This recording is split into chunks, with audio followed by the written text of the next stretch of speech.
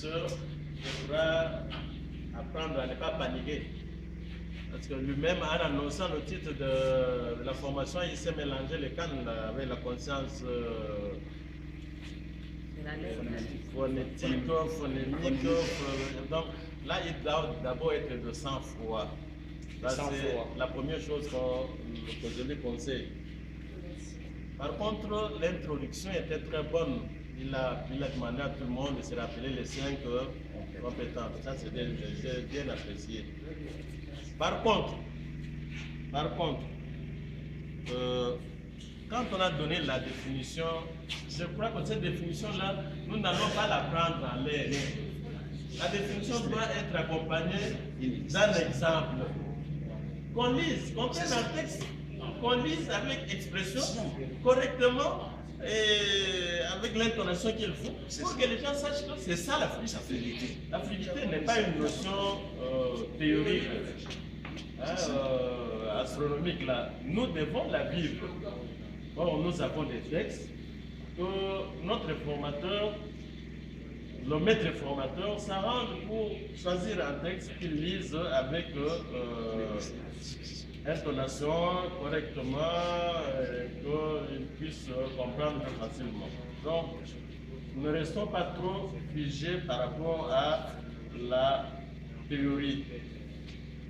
Et d'autre part, il y a des erreurs que nous commettons, n'est-ce pas? On a dit tout à l'heure que quand un enfant a mal lu, directement vous intervenez pour corriger. C'est la même chose. Vous étiez toujours dans la tempête de cerveau en train de recueillir un certain nombre de définitions, un certain nombre de concepts. Alors, il fallait corriger à la fin. Vous dites ça, non, nous complétons plutôt avec ceci, nous arrangeons avec ça. Et comme ça, nous nous conduisons lentement mais sûrement vers une définition exacte des concepts. Voilà la conclusion. Oui, merci beaucoup. J'apprécie le groupe qui a aussi fait un bon travail.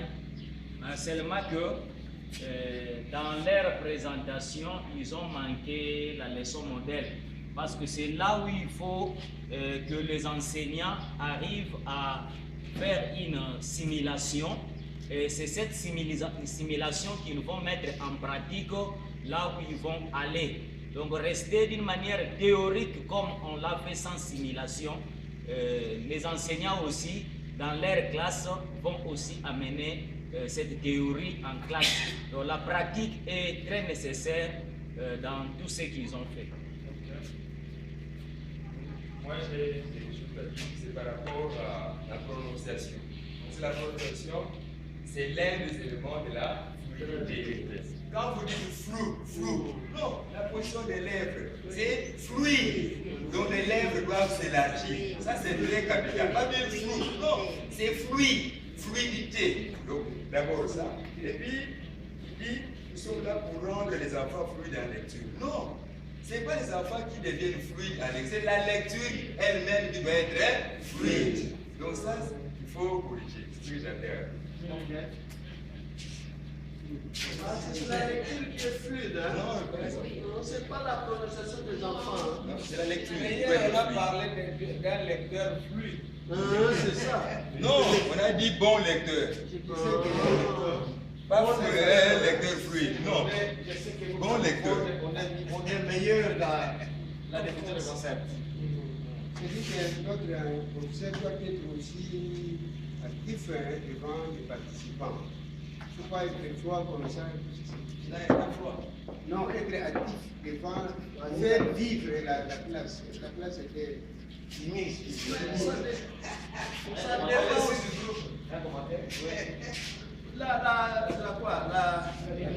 La vivacité d'une classe dépend de la personne à une autre.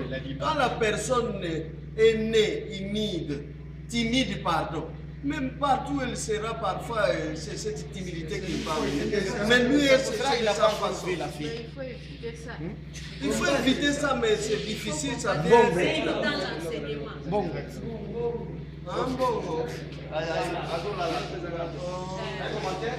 Ah, maintenant, qui m'a quand même. Voilà, on avance, s'il vous plaît. S'il vous plaît. Formation, la formation.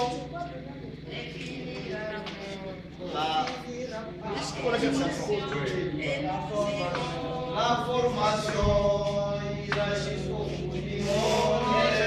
La formation ira jusqu'au bout du monde. Et nous irons jusqu'au bout du monde. La formation ne finira jamais. La formation, oui, oui, oui.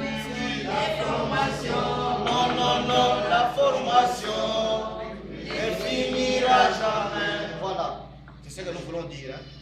Nous devons avoir l'humilité lorsqu'on doit prendre des points de vue dans un milieu comme celui-ci.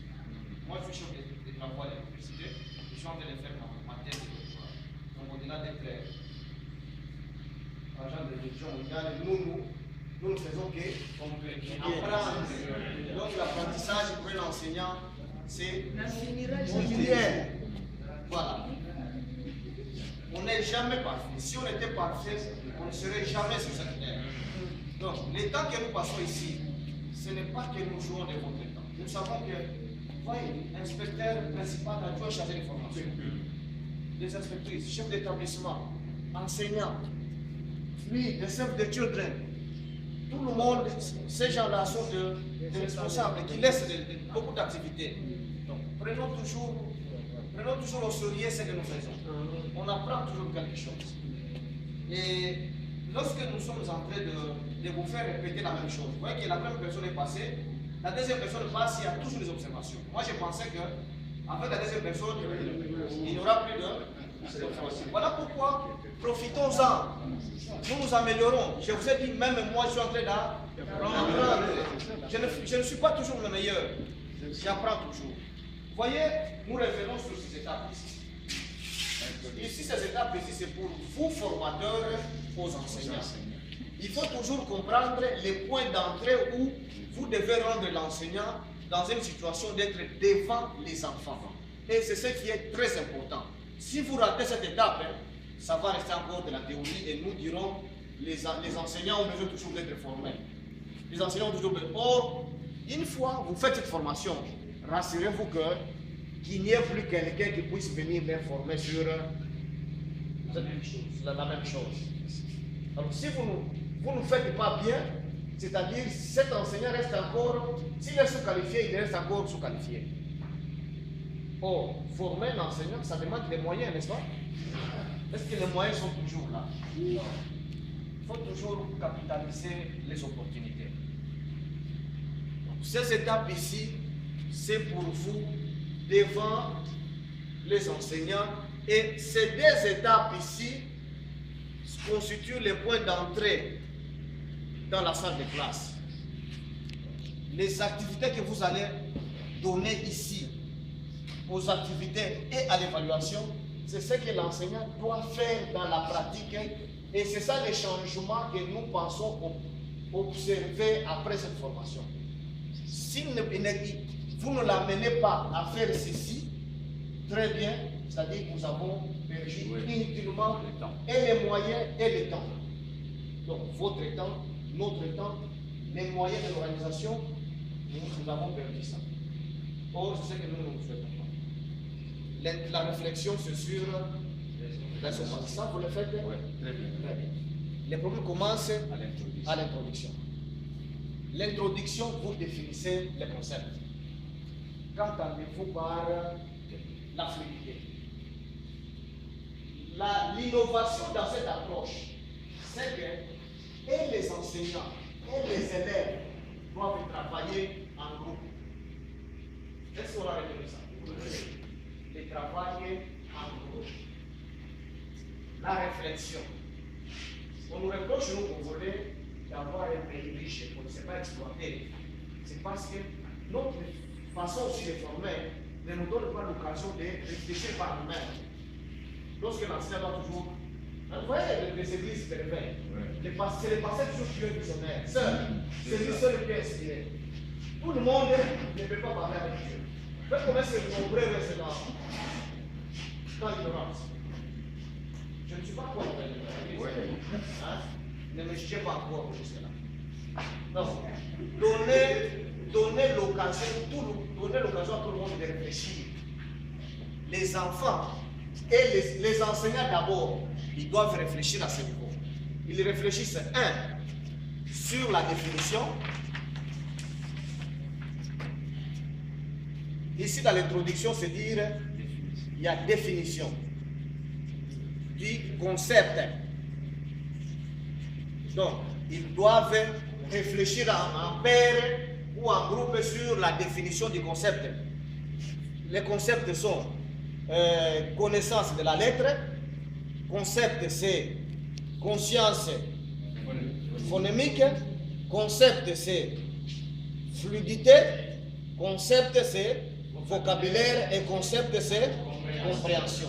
Ils doivent réfléchir, vous donner leur point de vue, parce que ne pensez pas que vous êtes seul à connaître ces choses. Même s'il peut connaître mal, mais chacun connaît. C'est ce que nous faisons ici, vous avez aussi défini. La première étape dans cette introduction, c'est la définition du concept. Deuxième étape, c'est ce que nous appelons diagnostic. Diagnostic, ou un état délié. État délié, c'est-à-dire que pour le cas de la connaissance de la lettre, vous allez demander aux enseignants de réfléchir en sous-groupe comment eux amènent les enfants, les élèves dans leur classe à la connaissance de la lettre. Parce qu'ils auront défini, non? Oui. Une fois ils définissent. Maintenant, vous leur demandez, selon la compréhension de comment est-ce qu'ils amènent actuellement, avant cette formation, comment est-ce qu'ils font dans leur classe pour que leurs enfants développent la connaissance de la lettre. Comment ils font dans leur classe pour que les enfants développent la connaissance phonémique. Comment ils font dans leur classe pour que les enfants développent la fluidité. Comment ils font dans leur classe pour que les enfants développent le vocabulaire. Ils partagent avec vous leurs expériences actuelles. Et partant de ceci, c'est là que vous prenez maintenant la définition que vous trouvez dans le module. Qu'est-ce que signifie la connaissance de la lettre? Et vous dirons, c'est connaître, savoir, mais la particularité cette fois-ci, vous venez avec une définition claire, c'est connaître signifie identifier. Identifier signifie faire intervenir les sens, signifie connaître les différentes caractéristiques de la lettre, c'est-à-dire les minuscules et les majuscules, les caractères imprimés et les caractères cursifs. Signifie connaître les noms de la lettre, signifie connaître les sons. Les enseignants vont connaître votre point de vue selon l'approche. Parce que jusque-là, vous avez entendu ici que la lecture c'était dans un papier. Maintenant, ici, nous sommes en train de montrer que la lecture n'est pas aussi simple que cela. Elle est complexe. Vous devez apprendre les enfants selon leur niveau d'identification de la lettre et selon les 5 compétences. Vous voyez comment ça devient complexe. Et là, non seulement vous leur donnez la définition, maintenant, à partir du moment qu'ils vont proposer leurs approches, ça vous donne un point charnière pour que vous puissiez maintenant passer à l'étape suivante. Quelles sont les activités? Parce que dans leur stratégie, vous diront que nous faisons A, B, C, D. Ce sont les activités, non? Oui. Maintenant, vous venez avec cette approche, les activités proposées par l'approche. Et ces activités sont nombreuses dans les modules, n'est-ce pas? Oui. Et vous les avez répétées. Donc, il faut toujours faire attention entre l'introduction et les activités. Tous les deux groupes qui sont passés, ils terminent la définition, ils tombent dans les activités. Le malheur du groupe, c'est que tous nous sommes des participants, nous connaissons les activités. Et lorsqu'ils posent la question, quelles sont les activités que vous faites dans votre classe, tout le monde répond, répond comme ça. Mais vous tombez dans l'erreur parce que là, vous serez devant une audience qui ne connaît pas les activités. Alors vous devez être toujours conscient de cela pour que vous ne puissiez pas sauter ces étapes-là parce que c'est très important. Nous ne croyons pas que les enseignants ne connaissent rien. Beaucoup d'enseignants qui ont suivi beaucoup de formations. Beaucoup de formations. Ils peuvent avoir une autre façon de comprendre cette même approche. Et vous allez partager ces expériences. Et ici, s'il vous plaît, dès que vous terminez avec les activités, l'évaluation. Lorsque nous faisons l'évaluation, ce n'est pas gratuit. Vous n'évaluez pas seulement comment ils ont retenu la leçon. Ici, vous connaissez que cette étape ici, c'est comment l'enseignant va évaluer ses élèves. Vous connaissez, vous comprenez la différence? Ce n'est pas que vous évaluez les enseignants pour voir s'ils ont compris votre leçon. C'est comment l'enseignant va évaluer ses élèves dans la salle de classe. Et il y a une série d'activités reprises dans les modules, n'est-ce pas? Ça, ne soufflez pas. Soyez conscients de ça. Ça vous ramène fiers et heureux là où nous serons si vous comprenez les choses de cette façon. Les changements dans les milieux comme ça commencent par vous. Ce n'est pas Kabila ou le ministre national ou le secrétaire général ou l'inspecteur général qui peut apporter ce changement-là dans cette école. Lorsqu'il y a de meilleures écoles ici et de mauvaises écoles, qu'est-ce que ça fait au secrétaire général ou à l'inspecteur général? Ce sont vos enfants et vos oncles qui subissent ces réalités, non? Mais qui doit venir changer ces choses ici? Vous voyez? Vous pouvez faire changer les choses et tout ce monde-là qui commence à vous envoyer des enfants ici. Et vous faites aussi l'argent ici. Lorsque vous allez respecter l'école, on vous donne des carburants sans ça de qualité.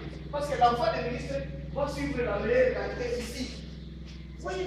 Et s'il n'y a pas de bonne qualité, ils vont prendre les enfants, ils les envoient à la Gombe, à l'étranger, et vous commencez à continuer. C'est de l'argent le système dans lequel vous êtes. Vous pouvez bien faire améliorer votre république comme ça. Donc, je pense que vous partagez la compréhension, sinon. Oui, des questions. Alors, oui. Merci beaucoup pour la parole. À l'introduction, nous devons parler de la connaissance de la lettre et ainsi de suite jusqu'à la fin. Si nous avons bien suivi la leçon du facilitateur, participant facilitateur, dans le prérequis, il a presque fait une révision sur toutes ses connaissances, toutes ses compétences. Est-ce qu'ils ne sont pas des requis pour reprendre ça aussi à l'introduction? Qui a compris les Oui. C'est là aussi où j'étais. Donc, dans l'esprit des choses, ce n'est pas dit que quand vous arrivez à l'introduction, il faudra reprendre la connaissance de la lettre. Non, nous sommes en train d'enseigner la fluidité par exemple. On enseigne la fluidité et c'est dans cette fluidité-là qu'il faut définir. Vous définissez la fluidité, c'est quoi? Oui. Et c'est là où vous devrez maintenant faire un état de lieu. Comment les enseignants arrivent à comprendre la fluidité dans leur classe? Qu'est-ce qu'ils font de cette fluidité dans leur classe? Ce n'est pas dit que reprendre toutes ces activités ou compétences au même moment, non. Donc vous allez, si vous enseignez la connaissance de la lettre, vous parlez de la connaissance de la lettre dans l'introduction. Est-ce qu'on peut l'applaudir et lui donner nos applaudissements? On va comme ça. Voilà. Donc, il y a 5 compétences qui doivent faire l'objet de 5 sessions, n'est-ce pas? Oui. Selon la logique. Dans chaque session, si cette session parle de la compétence connaissance de la lettre, votre introduction sera autre chose. La session suivante sera conscience phonimique. Votre révision ici sera comme nous sommes ici à la fluidité, notre révision ici c'est quoi? Donc, c'est une compréhension globale, mais chaque séance traite du concept et la révision sur les concepts. Je pense que c'est comme ça que la pédagogie nous oblige, non? Donc, on ne fait pas l'amalgame. Si vous pensez que vous voulez